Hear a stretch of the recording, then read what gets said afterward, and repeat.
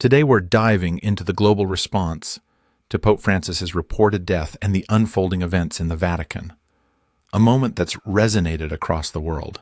Absolutely. It's not just a religious event. It's historical, emotional, and political, all at once. Did you catch how quickly people gathered in St. Peter's Square? Yes, the crowds were massive. It shows how influential he was, not just to Catholics, but to people of many faiths.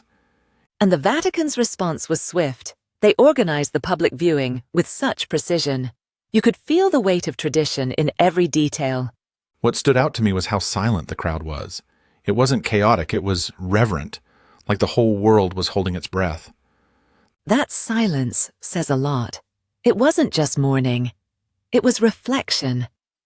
People were thinking about his legacy, maybe even their own beliefs. Speaking of legacy, how do you think Pope Francis changed the image of the Church during his time? He definitely made it more human. He wasn't afraid to talk about modern issues, climate change, inequality, even LGBTQ rights. That made him relatable. Right, and sometimes controversial. But he wasn't trying to please everyone. He was trying to stay true to compassion. That compassion was on full display in the way the funeral is being handled. Simple, but meaningful. Did you notice how many world leaders are attending? It really shows the scale of his influence, even outside the Church. Yeah, presidents, royalty, activists, they're all coming together. It's rare to see that kind of unity. And some of the statements were heartfelt, like the one from the UN Secretary General, calling him a bridge builder. Fitting description. He was always trying to connect people, even when they disagreed. It makes you wonder what kind of impact his passing will have on the Church moving forward. That's the big question. Who comes next, and how much will they follow in his footsteps? The conclave is going to be under a lot of pressure. Expectations are high. Especially with the world watching so closely. Every word, every gesture, it all matters now. I read that the Vatican is encouraging a period of reflection, not just mourning. That feels intentional. Maybe it's a way to slow things down. Let people really think, not just react.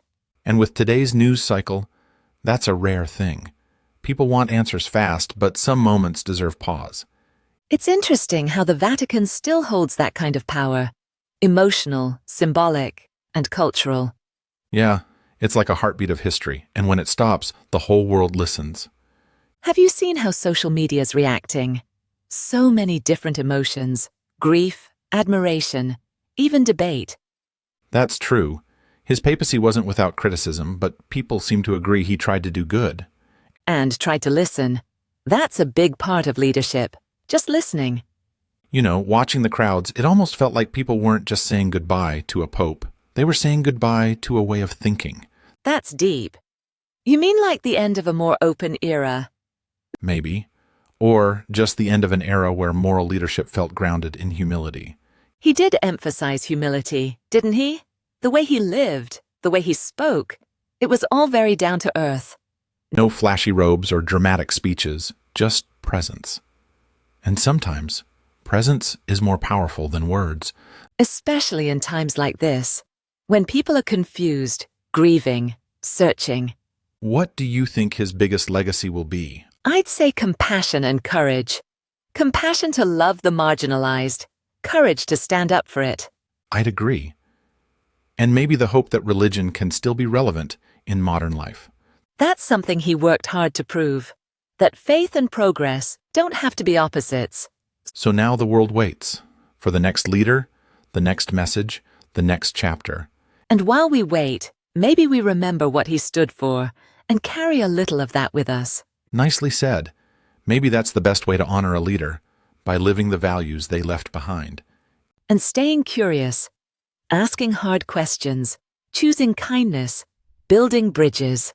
So as the bells toll in Vatican City, maybe they're not just marking an end, but inviting us into a deeper beginning. A beginning shaped by memory, challenge, and hope. Let's see where it leads.